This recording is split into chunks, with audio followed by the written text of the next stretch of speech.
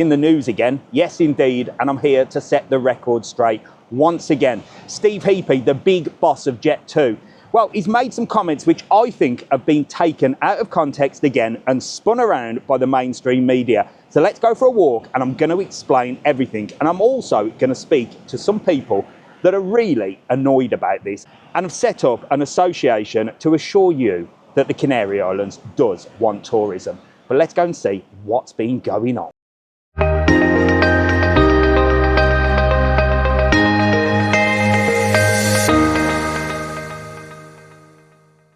Now, any problems in the Canary Islands cannot be blamed on you, the tourist, coming, spending your hard-earned money and enjoying these beautiful islands. It's all to do with those in charge, those that are paid to be in charge and do their job properly. Well, they're passing the buck because they've messed up. And who they're going to blame? Well, it's easier to blame you than take responsibility, isn't it? So what's actually going on? Well, before I tell you what the reports are in the media and debunk them, as I usually do, at the end of this video, I do an interview with some local people on the islands here and in Tenerife and ask them just what this is all about. And they've actually set up an association called Lanzarote Loves Tourism and Tenerife Loves Tourism. I mean, why are you lot going to listen to a bold, overweight person from Birmingham telling you about the Canary Islands? I've been here 20 years, so I have integrated into the local community. But at the end of this video, you can speak to real people that are here, because some of you don't believe what I have to say. You do, however, and rightly so, believe Steve Heapy, who is the big chief of Jet2. I mean, he must know about tourism, mustn't he? But what he said was that the Canary Islands are playing a dangerous game with these anti-tourism protests. Now, I know for a fact Steve Heapy knows these are not anti-tourism protests. These protests that the locals, rightly so, have made are to do with the fact that they've got nowhere to live. With the increase of Airbnbs, Booking.com, well, a lot of people are renting out their houses as holiday homes. So why are they doing this? Well, it's more money and less risk. Unfortunately, here in Spain, if you rent your property to a normal working person and they don't pay the rent, well, it takes a very, very long time for you to get them out of your property. And these are rules and regulations that have been put in place by the government. Will they accept responsibility for this and change them? Well, I hope they will soon. There are a few things coming into place, but it's easier to blame you. Now, Steve Heapy also mentioned the tourist tax, where McGann in Gran Canaria are thinking, they haven't put it in place, of adding a tax of €1.50, I think, per day, per person. This has not been set in stone, and I think it's just somebody running their mouth. But Steve Heapy rightly says that this could deter people from coming to the Canary Islands. Would it deter you? Now, the holiday home market is a massive market in the Canary Islands. Some of the holiday homes are owned by Canarian people, but a lot are owned by people outside of Spain. And rightly so, the president of Spain did say that a lot of the properties are just being made to make money outside of Spain. So I can see the argument here. But now, big villas with pools that are actually built for holiday homes and tourists, well, they are still being rented out. And these are homes that maybe your normal person that might work in a hotel, a bar or a restaurant isn't on a wage that would justify buying a house like this. But what's actually happening is your flats, your small apartments, your one-bedroom backstreets apartments are also being let out as holiday homes. They're very cheap, and like I said before, the people that rent them have got no issues with people coming in for a week and going. They're going to get paid, and they're not going to have to worry about tenants moving in, not paying rent and wrecking the house. So you've got to see the side of both parties here. So this is what the local people in Spain and the Canary Islands are protesting about. They can't find anywhere to live, the rents are too high, and they certainly can't buy a property. And whose fault is that? It's not yours, is it? Some time ago, a quite influential person in government at a big show about tourism said that we want a better class of tourism with more money. It was sort of taken out of context again, basically saying they don't want your Brits abroad, your lager louts and stuff. And to be honest, you don't really want that, do you? You want to come away and have a peaceful holiday. But as Steve Heapy says, some people are not rich and just want a nice place to come on holiday. And the Canary Islands is ideal because it's 365 days a year. And that brings me on to another point. Some of the reports are about over-tourism and that the Canary Islands can't cope with the amount of tourists that are arriving. I'll tell you what, since lockdown, it has been a very, very busy few years.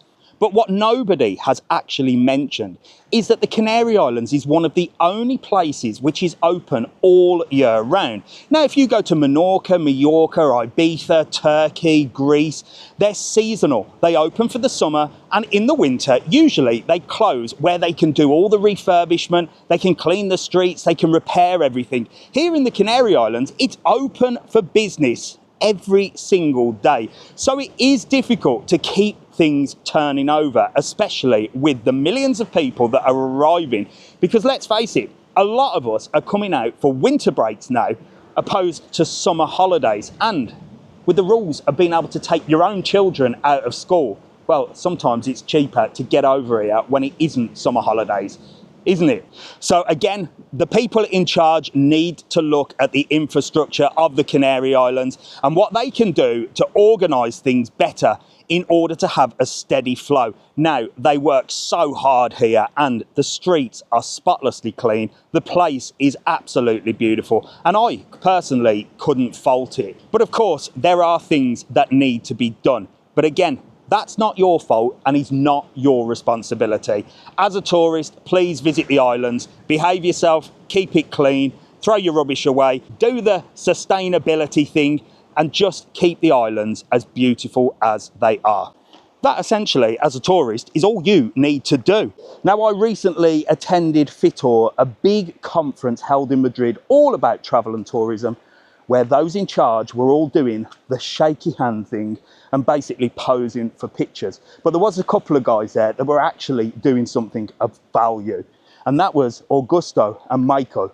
Augusto's from Lanzarote, Michael's from Tenerife, and they're running an association that says we want tourism in the Canary Islands. Lanzarote loves tourism, Tenerife loves tourism. So I had a good chat with them so you can see exactly what they've got to say. So enjoy the interview and please don't listen to the mainstream media because they're spinning a web of panic. The Canary Islands is open for business. The Canary Islands wants you to come and the Canary Islands loves tourism. Listen up, pay attention and do not worry. I hope this doesn't put you off coming to the Canary Islands because it's a beautiful place, even though it is a little bit cloudy today, but the sun will come back out. Let's hear from these two. So I've come all the way to Madrid. I'm here at FITOR and I've met two fantastic people that are doing something for the Canary Islands, which not many people are doing. Now, you know, I reported on the report from the mainstream media saying that the Canary Islands doesn't want tourism. And these lovely gentlemen, introduce yourselves. Who have we got? I'm Augusto Ferreira. I'm the president of the Association Lanzarote Loves Tourism. Fantastic. And Michael Barwani from the Circle of Entrepreneurs from Tenerife South. so we have somebody from Lanzarote and somebody from Tenerife to tell you guys back home that what you're hearing in the news and the mainstream media, that Lanzarote doesn't want tourism or Tenerife doesn't want tourism or the Canary Islands doesn't want tourism, is not true. I've done many reports on this and debunked all the press. So now hear from the associations which have set up to show you that we do want tourism. So can you explain what is the main problem here? The problem, I think, is the message. They have the wrong message, the wrong information. They must know that the tourism is not the fault. The fault is bad management in the past in the Canary Islands.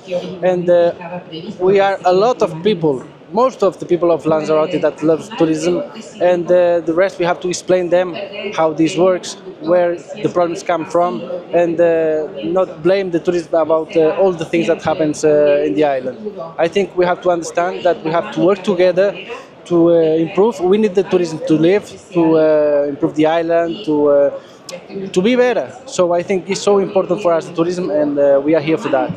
Exactly. Now, I've done a few reports on over-tourism. Now, Lanzarote is a lot more quiet than Tenerife. Tenerife, is the crazy part of the Canary Islands. I love going to Tenerife because there's so much more to do, but Lanzarote is a little bit more chill. So what's the issue in Tenerife? Is it over tourism, or is it the same issue as Lanzarote?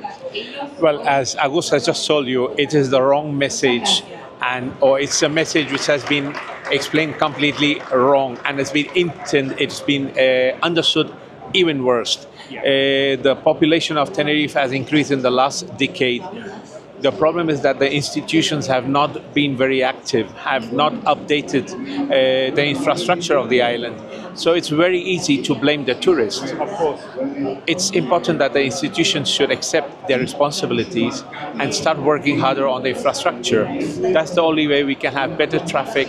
We have more places for the tourists to visit and in a better condition.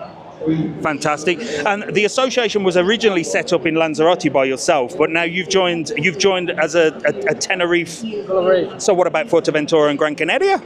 We are on it. We're just talking to them. I think they will come. They will be here, and I think this is just the start. And we have to continue working. Definitely. So the message that the mainstream media has said, like you said, it's about the message that has been completely and utterly twisted in the wrong way, whereas the islands have been very busy since COVID. I mean, we were closed for 2 years.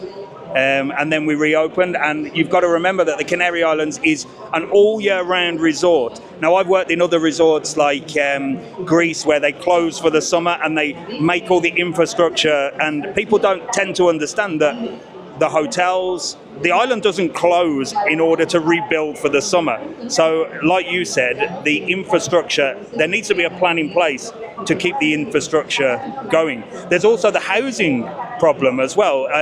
In Lanzarote, I know a lot of places are what's called VV, which is holiday homes and stuff. Is that the same in Tenerife?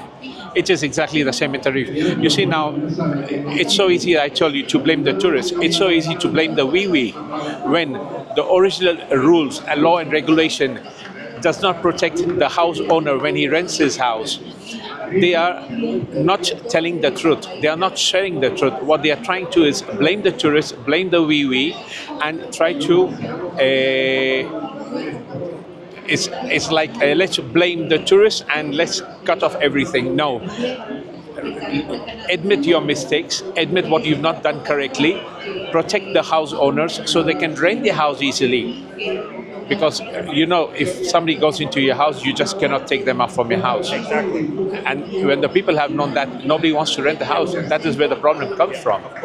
I've said this on many a video, and you've just solidified that information, that if you own a house, if I owned a number of apartments, I would rather rent to tourists because they come in for 1 week and they go. If I rented to you as a family and you decided not to pay me the rent, I have no power. So there is no power for the owners of the accommodation. You can't blame them. You can't blame the tourists. You can't blame the people that are looking for places to rent. We all know who we can blame, but we won't say it just in case we get into trouble. But the associations are growing bigger and bigger and bigger. We've got the one in Lanzarote with the stickers. I've shown you those around the restaurants. I'm coming to see you in Tenerife, and we're gonna see some Tenerife loves tourism, and we just want you guys back home to know that these guys are fighting for you because the message is completely wrong. Do you see a solution?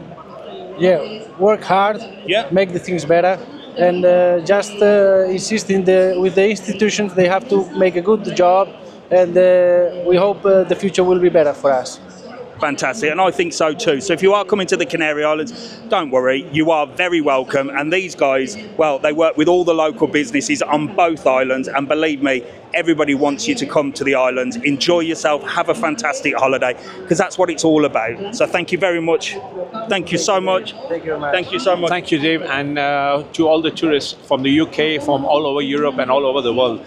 The Canary Islands, we've always been living on tourism. We welcome you with our open arms, open heart. Please come. Don't worry, there's nothing serious happening. The administration and the institutions have given us the word that they're going to try to sort out as soon as possible all the inconvenience that have been created in the last few years. So we hope to see you soon in Tenerife. Fantastic. I'll see you in the next video. Make sure to like and subscribe for the real travel news without listening to the mainstream media. They can go. Thanks, guys.